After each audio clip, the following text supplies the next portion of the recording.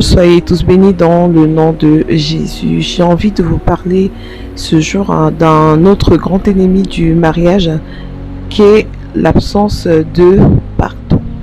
Dites-vous bien que l'absence de pardon dans le couple est un fléau qui va miner le couple. Pourquoi ne peux-tu pas pardonner à ton conjoint? Pourquoi ne peux-tu pas pardonner à ta femme si elle t'a fait du mal? Dites-vous, mes frères et sœurs, que dans la prière du Notre Père, il est dit que pardonne-nous nos offenses comme nous pardonnons aussi à ceux qui nous ont offensés. Ça veut dire quoi dans la vie de couple? Lorsque ton mari t'offense, ne reste pas sur la colère, ne reste pas sur cette omission de sa part. Car si le Père qui nous a tant aimés et qui a donné son Fils unique, Jésus, afin que quiconque croit en lui soit sauvé, nous a pardonné de nos péchés, pourquoi toi, tu ne peux pas pardonner à ton mari? Pourquoi tu vis dans ton couple en ayant cette aigreur? Pourquoi vis-tu avec un esprit de vengeance? Dis-toi, mon frère, ma soeur, que ce n'est pas une bonne façon de faire. En couple, on doit pouvoir se pardonner. On doit pouvoir oublier le mal que notre époux nous a fait. Car si on oublie le mal que notre époux ou notre épouse nous a fait, des fois de façon consciente ou inconsciente, notre Père qui est là-haut, qui nous regarde, nous pardonnera aussi. Le premier péché est entré dans la vie des hommes par le péché d'Adam et Ève lorsqu'ils ont désobéi au commandement que Dieu avait donné en leur interdisant de manger du fruit de l'arbre de la connaissance du bien et du mal. Et c'est ainsi que le premier péché est entré dans le monde à cause de ce péché. Cependant, Dieu, malgré que nous avons péché en lui désobéissant à son commandement, nous a pardonné. C'est la raison pour laquelle il nous a envoyé son Fils Jésus, afin que quiconque croit en lui ne périsse point, mais aie la vie éternelle. Dis-toi, mon frère, ma soeur, pourquoi vis-tu en remplissant ton cœur d'aigreur? Pourquoi vis-tu en ne pardonnant pas à ceux qui t'ont offensé? Tu te fais du mal à toi-même lorsque ton cœur est rempli de colère, lorsque ton cœur est rempli de haine vis-à-vis de tous ceux qui t'ont blessé. Apprends à passer sur des choses, apprends à passer sur des douleurs. Ce n'est pas à toi qu'est la vengeance. La vengeance appartient à Dieu. Tu n'es pas là pour juger ton frère, tu n'es pas là pour juger ta soeur, tu n'es pas là pour rester sur ce sentiment d'aigreur. Car lorsque tu ne pardonnes pas à ton époux, tu vas dormir avec un sentiment de colère. Et c'est ce que le diable aime. Le diable, ce qu'il veut, c'est avant tout que ton couple puisse être détruit. C'est pourquoi, comme ennemi du mariage, il va venir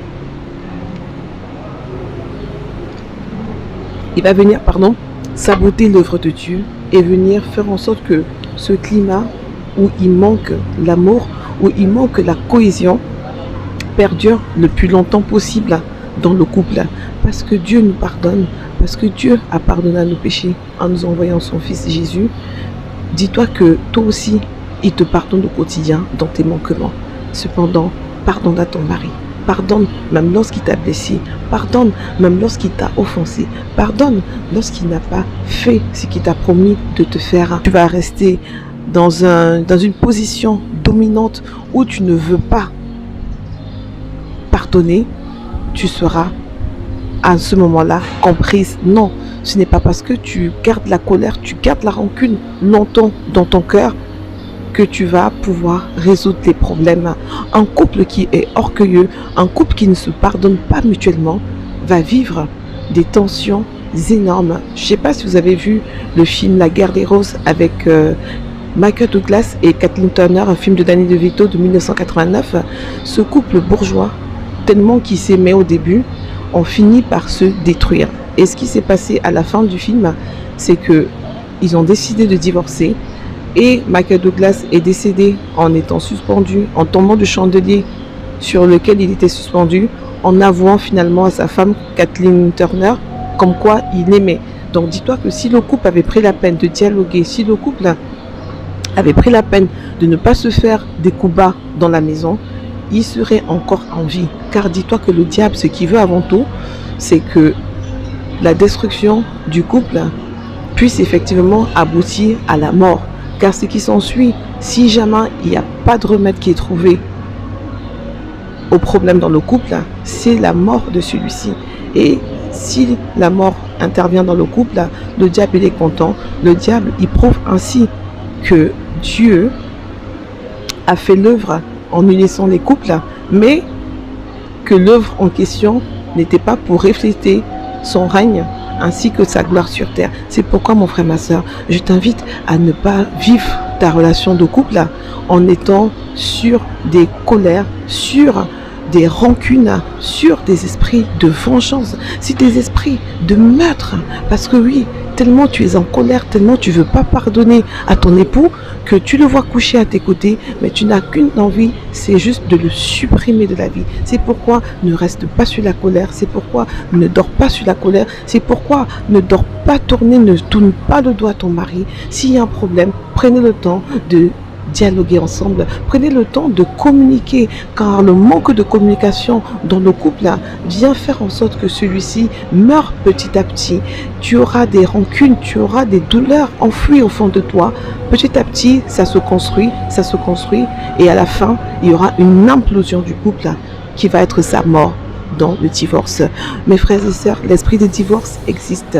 Il y a des femmes qui sont en relation amoureuses ou qui sont dans les relations de mariage, qui n'ont qu'une envie, c'est de partir, c'est de tout détruire. À la moindre dispute, au moindre conflit, à la moindre incompréhension, elle n'a qu'une chose qu'elle souhaite faire, c'est de divorcer. Évitez d'employer ce mot divorce, car chaque fois que vous allez employer le mot divorce, sachez que vous invitez le diable dans votre couple. Vous peignez votre toile en noir et le diable, il est content.